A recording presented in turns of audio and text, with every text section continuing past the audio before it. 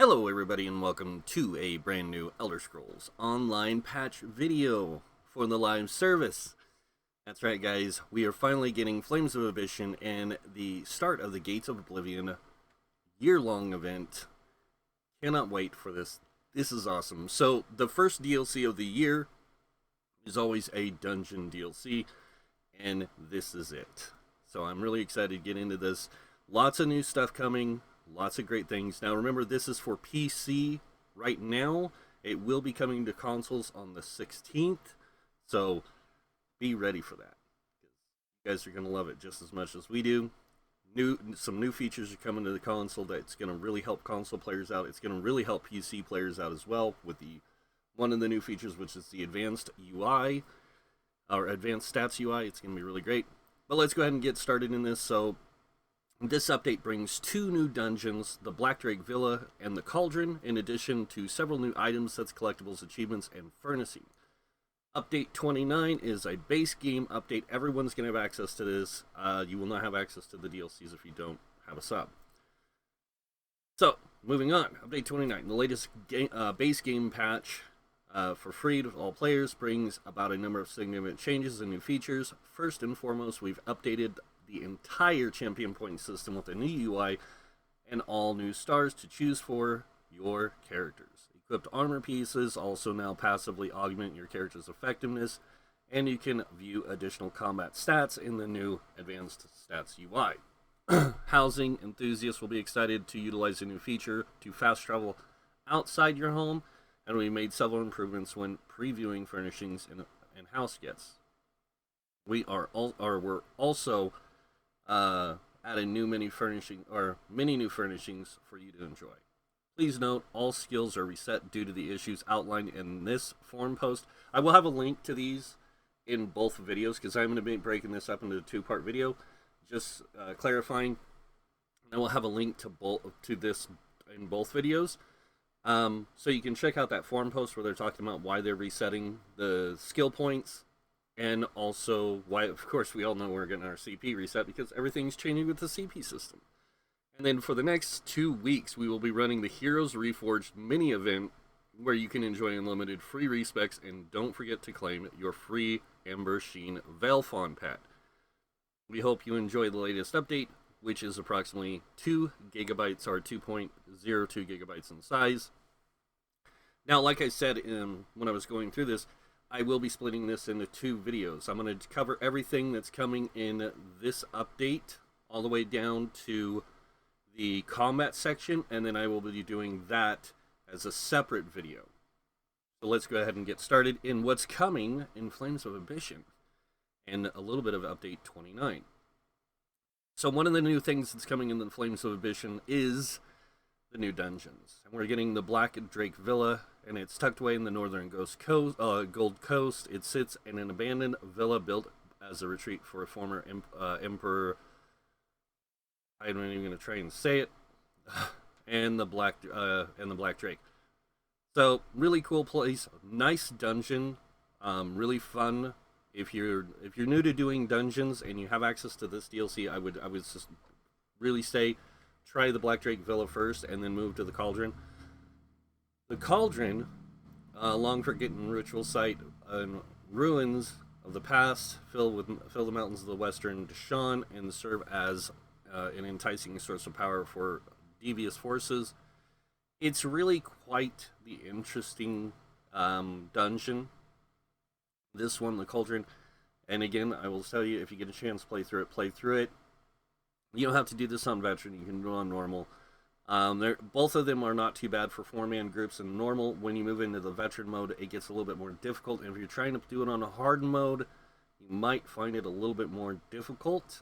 I do believe this is a dungeon that has... They have 2 different dungeons. So they have one with 5 bosses and one with 3 bosses.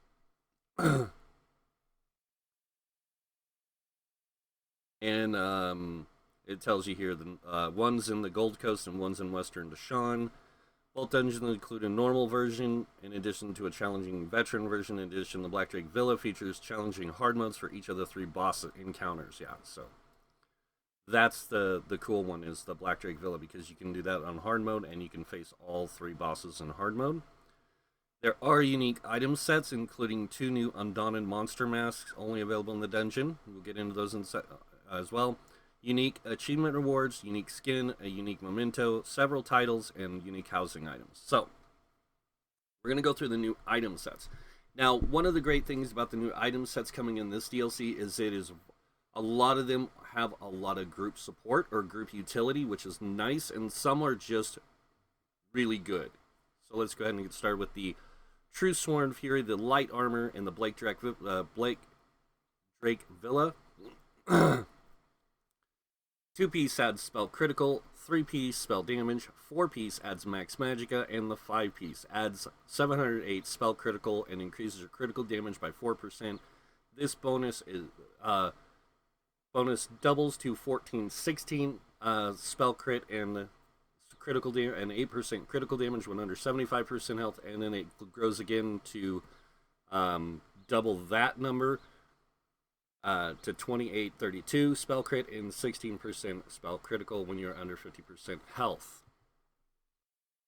Karina's Wrath, medium armor, 129 spell damage, 657 weapon critical, and then on the 4-piece weapon damage as well. So the nice thing about Karina's Wrath is it does give you the 2 weapon damage with the 1 weapon crit. It's really good, honestly, not only as a damage set, but also as a really good group support set. So that's what I was saying, like, a lot of these sets have that group utility. And that comes in the 5-piece. So dealing damage with a light or heavy attack grants you a stack of Burning Heart for 5 seconds, up to 5 stacks. While you have 5 stacks, you generate an Aura of Wrath, granting you Major Berserk, increasing your damage by 10%. And then while you have an Aura of Wrath, allies within 12 meters of you gain Minor Berserk, increasing their damage done by 5%. So really good for those support characters that want to have, and not even necessarily a support character, but a character who wants to run something that would be supportive for the group. This can be really good at that. Drake's Rush, heavy armor, 2-piece, adds max health, 3-piece, max stamina, 4-piece, max stamina, and then the 5-piece. When you bash an enemy, you and up to 3 group members within 15 meters of you gain Major Heroism for 12 seconds, granting you 3 ultimate every 1.5 seconds. This effect can occur once every 18 seconds. So this is really good for that, again, that group utility, even though it seems more for a tank. A group support person can also run this, even though it's heavy armor. They can run in jewelry and the 2 weapons. And then whenever you bash somebody, you're going to apply this to your group. You're going to apply that ultimate gen, which is, again, really nice. So, Incardus Behemoth. This is the monster set from the Blake Drake Villa. It adds max magicka, and then the 2-piece. Dealing flame damage to an enemy grants you Behemoth's Aura for 12 seconds. That reaches up to 12 meters. You and up to 11 group members in the Aura reduce flame damage taken by 5%, and then enemies in the Aura increase their flame damage taken by 5%. And of course, that can happen every 15 seconds. The nice thing about this set is it would play really well in any group dynamic. In roughly about 50% of the game's dungeons, it would be really good. It would be really good in not all the trials, but a few of the trials. It'd be really good for that as well, because of that increased flame damage thing. So, I mean, it would be good in trials across the board, but you'd only need 1 person running it. The Cauldron. Now, this is the next sets, the next 3 sets. So we have a light, medium, and heavy. Unleashed Ritual, the light armor. This one gives you 3 things of magicka on the 2, 3, and 4-piece, which is pretty powerful. And then the 5-piece. Dealing damage to an enemy applies Ritualist Mark to them for 10 seconds. Enemies with your Ritualist Mark take an additional 16% damage from your summoned pets. This is really good on Necromancers, Sorks, and also Warden.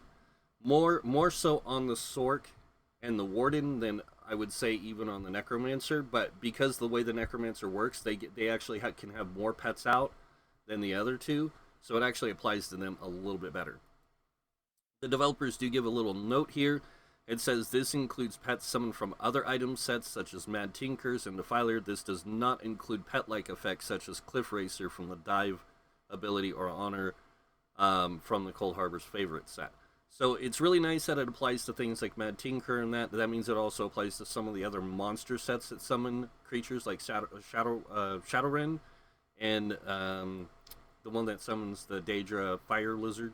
So Dagon's Dominion. Now this is a really good one. So this is a medium armor set, 2-piece weapon image, 3-piece max stamina, 4-piece weapon image, and then the 5-piece adds weapon image to your area of effect abilities. Now, if you're playing more of an area of effect dominated build, and I say dominated build, that means you're focused more on area of effect damage as a stamina DPS, this is really good. It's going to really amp that damage up for that kind of a playstyle. And again, the devs have a little bit of notes here. It says this set adds 492 damage to the area effect healing abilities. Yeah, so it's really good for that too, such as Vigor and Soothing Spores as well. But it also applies, and they're not mentioning it. Well, I don't know if it would also apply to the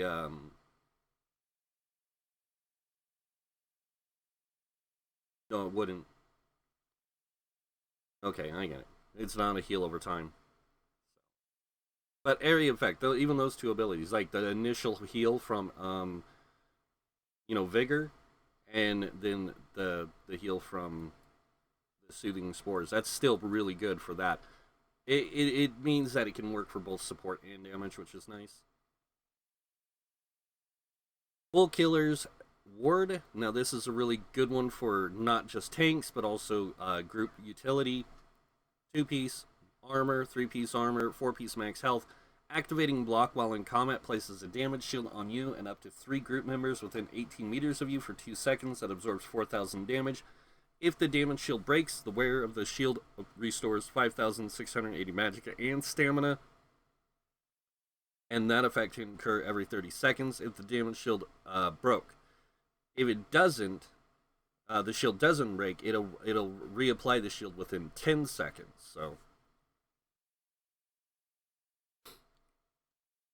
Baron Zadras. Now this guy is rough in the dungeon. I'm going to mention that now. But if you figure out his mechanics, he becomes pretty easy. This set, though, is great. So the 1, 2, and 3-piece is more hybridized, so you get the stamina, magic, and health, and then the 2-piece, applying a status effect to an enemy, grants you a stack of Zadras Ambition for 10 seconds, up to 3 stacks max. When you gain 3 stacks, the stacks are removed, and you gain 4 ultimate. On gaining ultimate, you cannot gain additional ultimate from Zadras Ambition for 1 second. 1 second isn't bad. 1 second delay between earning ultimate, but the fact that it gives you 4 ultimate can be really good in the depending on which type of role you're playing. Like if you're playing more of a support role that's using a lot of like reviving barrier or barrier from the assault line.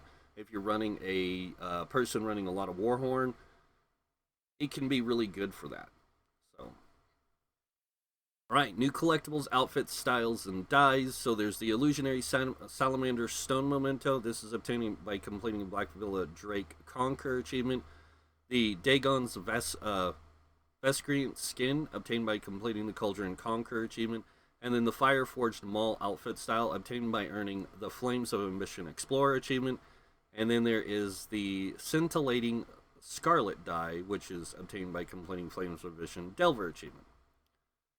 New achievements and titles. There's the Ardent Bibliophile, whatever title, earned by completing the Ardent Bibliophile achievement. And then there's the Flame Chaser title by completing the Stuffed Out achievement. The Subterranean Smasher by earning and completing the Subterranean Smasher achievement. And then the Spark of Vengeance title by Schemes of Disrupted achievement. New furnishings. So there is new busts and trophy furnishings have been added to commemorate victory in the Black Drake Villa and the Cauldron. So these are the trophies you get for completing on normal and veteran. So the the busts drop in the veteran mode, and the trophies drop in normal mode. Alright, base game changes, guys. Champion point system update. They should have called it an overhaul. So in this update, we revamped the entire champion point system with an updated UI and all new stars to choose. Now, when building your characters, you'll have more choices than ever before. The goal of this change includes several factors. The new system encourages horizontal progression over vertical progression. A lot of people misinterpret what they mean by the vertical progression or horizontal progression over vertical. A lot of people seen it as more vertical progression, when in reality it is more horizontal, because you can only slot so many of the stars, which is explained later on, and that allows for a vertical or less verticality progression. I mean, yeah, you're going to be unlocking a lot of stars and different things passively, but then there is a lot of things you're going to unlock that's really going to improve your character's capabilities in certain roles and in certain activities that you have to slot. So there's active passive abilities, and then there's passive slottable abilities. And when you do the passive slottables, you can only have 4. The active passives, you get like 12 on some trees, you get like 6 on others, and 5 on another. You don't get that as many as people make it out. So there is some vertical progression there, but it's mostly horizontal in the way that the system works. The new champion point system reduces how many passives are on a character at one time, reducing the calculations per combat action. Expandability is essential to the health of character progression, and the revamped champion system has far greater flexibility for expansion in the future, which they're not lying. The constellations have been renamed from the Mage, Warrior, Thief to Warfare, Fitness, and Craft. And it really fits what they state they do, which is really good. And constellations have been reduced from 9 to 3, but there are a variety of stars available to spend points on, points in, and has greatly increased. Stars are interconnected in a way such that spending enough points to unlock the bonus award for a star from a star will also unlock the path to its connected stars. Think of the old Skyrim-based star system or constellation system, and it works that way. You fill in one star, you fill it up to a certain point, and unlocks another star, and then it moves to another star and another star, and it kind of branches. Stars within constellations are categorized under 2 main types: non-slottable and slottable. This is what I was talking about. You have active passives and then slottable passives. So these stars, which give you their noted stats and not needed further interaction other than adding the requisite points to activate the star bonus listed.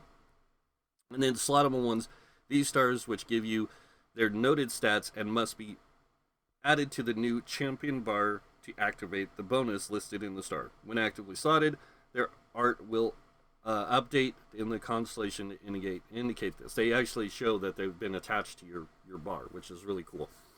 So the new constellation system, the new CP system, Champions Point 2.0, it's a really good system. There is some things that I personally don't like about it because of the way it works, and I can see why some people might be frustrated with the new system, like myself included.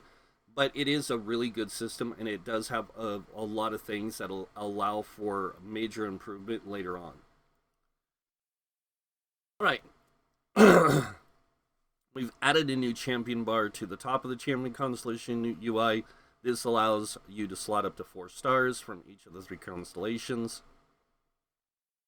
And you can swap out any of the slotted stars at any time with no cost, as long as you are not in combat. The cost of respecting your champion points is still 3,000 gold. Once you get to a certain point, you probably won't be having to switch or respec at all, because you'll have enough points to unlock the necessary things to play all 3 roles: tank, healer, damage dealer, and a little bit more left over to really like fine-tune your playstyles. So that's kind of been really nice. The CP cap per update has been lifted, and you can now spend up to 3,600 point cap We've adjusted the rate at which CP is accommodated for the cap. Your new, you still only earn champion points at level 50, but as with the original CP system, you can spend any you have earned regardless of your level. So the way the CP system has always worked is once you get to level 50 on any character you have in the game, you will unlock the champion point system. Any champion points you earn on that character or any character over level 50 from that point on is across your account. That means it applies to all your characters, the champion system does. That means your level 1 characters, your level 50, your level 20, your CP, 3600. All your characters have access to the same amount of CP. So if you have 120 CP, all your characters have 120 CP they can spend individually. And then if you have 3600, all your characters have access to it, whether they're level 1 or level 50. You still only earn champion points at level 50, of course, in the champion system. All characters have had their base health increased to 16,000, up from 8,000, and their magic and stamina has been increased to 12,000, up from 7,958. This actually happens at level 1. So at level 1, the base stats of your characters start at 16,000 and 12,000. But because of the leveling system they have in this game, they have what's called boosted levels. From level 1 to 35, you actually get higher stats than the 16,000, 12,000. This really applies to characters above 50. And I'm not going to lie. Like, once you hit level 50, that's where this really applies. Level 1, you won't notice the additional stats. You'll just have really insane stats now. And these changes were made to offset the loss of the 20% stat increase gained from the original champion point system while spending 100 points in a tree increased your base stats of that tree by 20%. Characters also take 10% reduced damage at base, and it is also applied at level 1, and the mitigation from the champion point system. Characters also start with 1,000 weapon and spell damage, also starting at level 1. Really cool that they did this. It really did boost our everyone's overall DPS. But because of the changes to the champion point system itself, it kind of really balances things out, and it makes newer players and even some veteran players a little bit more powerful compared to the players who are in the top 5% for DPS and the top 5% of that. One of the things that this does is it lowers the gap between the ceiling and the floor, is what they call it. So the floor is the casual average player or new player, and then the ceiling is the veteran player, the players who have a lot of experience, top 5% DPS, that kind of thing, and it brings them down more in line with each other. So there's not such a massive difference. A really skilled player now, without any CP, can pull roughly within the damage of a person that would be at 810 CP now. But the more CP you get, the more powerful you're going to become, and it really works out really well with all these new changes. They made numerous adjustments to battle leveling bonuses to tone down some of the power spiking seen with some stats, especially specifically the weapon spell damage and health.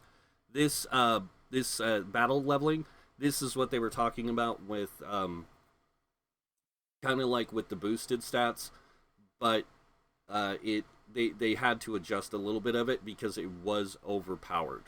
So that's really good. I'm glad that they listened to that. Armor changes. So this is something that a lot of people were really unhappy about, but equipped armor pieces now passively augment your character's effectiveness at a baseline in addition to their purchasable passives. These effects are now denoted in the armor section of your skills screen and unlocked immediately upon unlocking the new skill line itself, and you can find the effects below. So light armor bonuses, medium armor, or light armor has bonuses and penalties, and then medium armor has bonuses but no penalties, and then heavy armor has bonuses and penalties. And this is just to give the sense that armor has an effect on the way you play, and it has an effect based on the feel of the armor type. So like light armor is going to make you more agile, while also making you more susceptible to taking greater hits from physical damage and less damage from magic. Medium armor is kind of like well balanced in that area, but it still makes you really stealthy, sneaky, that kind of thing. And then heavy armor is more about, hey, I'm here to take a hit, like physical hit, but I might not be necessarily good at taking magical damage. So let's go over these bonuses first. The light armor bonuses reduce your damage taken from magic attacks, like I said, based on the magic type. So magic, flame, frost, shock, and damage attacks by 1% per piece worn, a maximum of 7. And then you can actually get an extra 4% from the champion tree. They reduce the cost of roll dodge by 3% per piece. They reduce your movement speed penalty while sneaking by 5% per piece, and then they also reduce the cost of break free by 5% per piece and reduce the cost of bash by 3%. So this makes light armor not necessarily more effective with these things, but have this sense that they are more agile. They are more flexible in the things they get to do compared to heavy armor. So, and then light armor penalties, they increase the damage taken from martial, that means physical, poison, disease, and bleed damage by 1% per piece worn. That means you will take an increased physical damage, and that's because your armor isn't meant to take a hit like that. So they also increase the cost of block by 3% and decrease the amount of damage done with bash by 1%. Light armor is still really good, even for somebody who wants to play a tank, or a damage dealer, or a healer, or a support character, or, you know, like a hybrid character. It's still really good for that. Medium armor, they get their bonuses of reduced cost to sprint by 1 per piece worn, reduce cost to sneak by 5%, reduce cost to block by 3%, reduce your damage taken from area of effect attacks by 2% per piece after a roll dodge, and then increase your movement speed by 2% while immune to crowd control. And this is what I meant by each armor type having a feel to it. Like the light armor is more about being agile, but also being capable of being more effective, in a sense, magically, but less martial, like less physical.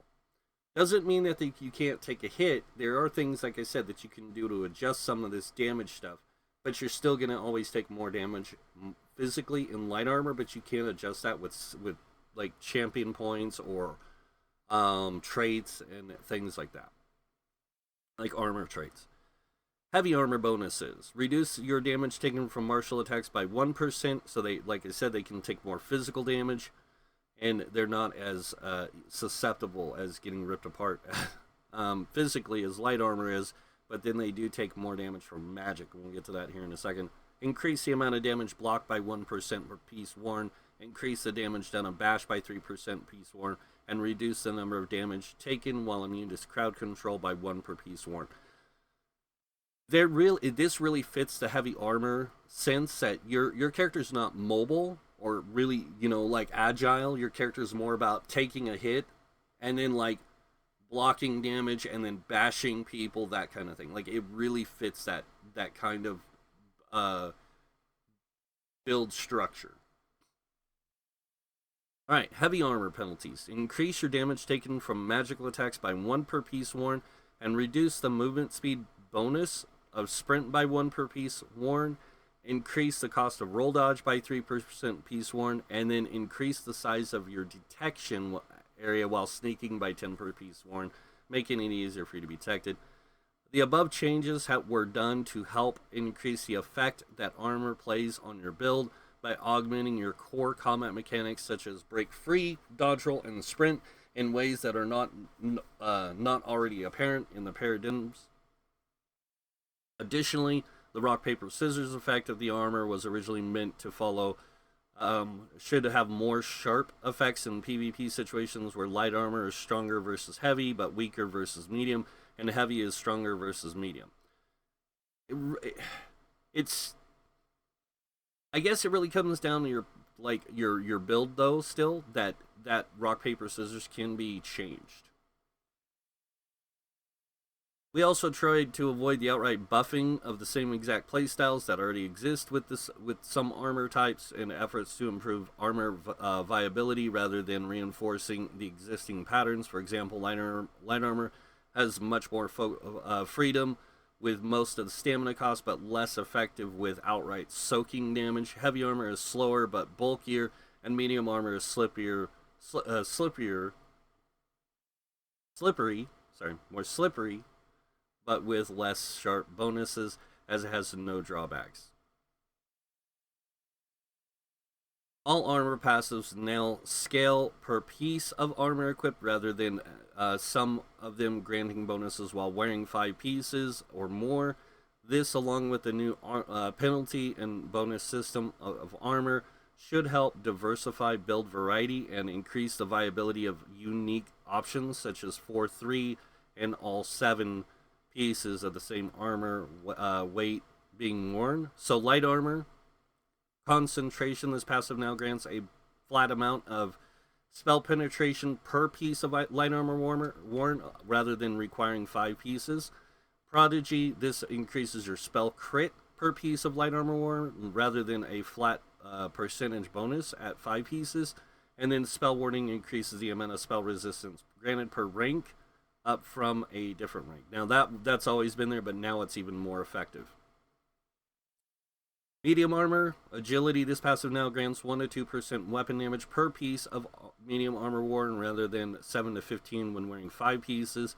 And dexterity, increase the amount of weapon critical granted per piece of medium armor worn. It's pretty nice. They really did listen to a lot of suggestions that people have had for a long time with the armor stuff, and I think this really reflects that they actually listen to players saying, you know, I want to have access to some of these other armor benefits, but I don't want to have to sacrifice my build. So this really plays into that. Now, heavy armor, rapid midding, this passive now increases healing taken by 1% for every 2 to 1 pieces of heavy armor worn rather than 4 to 8.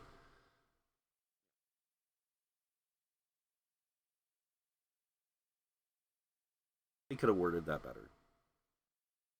Basically, you get 1% for every 2 pieces originally, and then 1 pieces of heavy armor.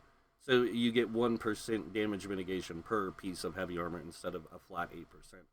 So it does lower that by 1%, but you won't really notice it. And then resolve, they decrease the amount of armor granted per piece of heavy armor worn. So they did do that, and that makes it a little less tanky, but only by a small amount, 20 points, which isn't much. And then revitalize. This passive now increases the resource restore from fully charged heavy attacks by 2 to 4 pieces of heavy armor worn, rather than 12 to 25 when wearing 5 pieces of armor. This is really good, especially if you're playing a healer and you want to do something and you have that heavy piece of armor, 1 piece heavy, you're going to get an extra 4% resource return with the resto staff, so you're going to get a 34%, which is really nice. Advanced stats. Now you can view additional combat stats of your character by selecting advanced stats in the character menu. This includes a variety of additional offensive, defensive, and utility bonuses that your character currently has based on their equipment, buffs, debuffs, skills, and champion point expenditures. Additionally, physical and spell penetration has been added to the main stats view. Fast travel outside of homes. This is basically when you click on your house to go to it, it's going to ask you to go inside or go outside. Furnishing and house guest preview improvements. You can now preview furnishings and furniture plans directly from your inventory. No more guesswork when deciding whether to learn a plan. In addition, house guest previews on the Crown Store now include a selection of voice lines, so you can get a better sense of their overall identity. New furnishings. Now, I'm not going to go through all these. There's new Dwarven structural items that they've added to the game. It's really cool. Got to check it out, guys. New master writ furnishings. So, Dwarven minecart, yarn rack, solitude well, solitude hearth, vampiric cauldron, provisioning station, the solitude grill, and then a dwarven crystal scone. It's a torch thing. It's really cool. Mirror. Or it's supposed to be a drawing. I don't know. It's a sketch, but it's a mirror, is what it comes out to being. But it's really cool. And there is some other stuff here. Crafting furniture folio. You guys can look through all this stuff yourself. There's a lot of new stuff, which is really cool. A new Undaunted Quartermaster furnishings, of course. A new Antiquity. There is a new Antiquity. It's not an armor piece or anything like that. It's just a new antique map that you can get, which is pretty cool. New Battleground Collectibles, Scorching Chaos Ball, Chaos Victory Dance, and the Chaos Ball Boom emote. New System Mail deletion and organization changes. So System Mail includes mails sent by... And what it does is basically you'll have 30 days, and it'll just delete it. So mails sent by NPCs, mails containing Collector's Edition, mails sent by completing PvP activities, mails sent by completing random dungeons, mails containing Guild Trader, mails been bounced from another player, whatever. Really interesting that they did all this. It's actually really nice, because there's times where people will get mail and they're like, oh, you know, I hate letting this mail build up all the time, kind of thing. And now you can just wait for it to delete. So there is some housing issues. You may experience some temporary rain or strange lighting while indoors in the Autumn's Gate, Old Mistville Manor, and the Golden Griffin Garrett homes. This will be fixed in a upcoming patch. It actually happens in more places than that, but those are the main ones they're concerned with. It happens in some storyline quests during the main campaigns of certain areas, certain instances within there. UI, while we made some improvements to your inventories category and search functionality, you may run into some increased load times for certain operations and banks with high item counts, and they're working to fix that later. So there is some other things where they've done some adjustments to a lot of the new locations, such as Greymoor. They fixed a lot of things here. They fixed a lot of things with the Harrowstorm DLC dungeon. A lot of this I wouldn't say necessarily is because of the changes to the CP or character changes. It's just balance changes that they wanted to make to get things in line with their design, not necessarily with like, oh hey, we changed all this stuff, we're going to change the whole game to match. They didn't need to do that, really. So that's basically it for the first part of the update, guys. I'm going to be doing a second video where I'm going to be going over all the combat changes. Again, it's going to be a little bit shorter of a video, maybe a little bit longer, it just depends, but we'll get to that in the next video. So thank you guys for checking this video out. Hope you guys enjoyed hearing some of the information about what's coming with the latest update, Flames of Ambition, and some of those game changes. So when the next video comes out, you guys will be able to see all of the combat and gameplay. So you guys know what's coming next. If you guys like this video, go ahead and hit that like button. If you guys want to see more videos by me, you can subscribe, and if you do subscribe, I do suggest clicking that notification bell to be notified when I post new videos. This helps us both out. And other than that, thank you all for watching. Until next time, have a wonderful day, and this guy might see you in game. Bye.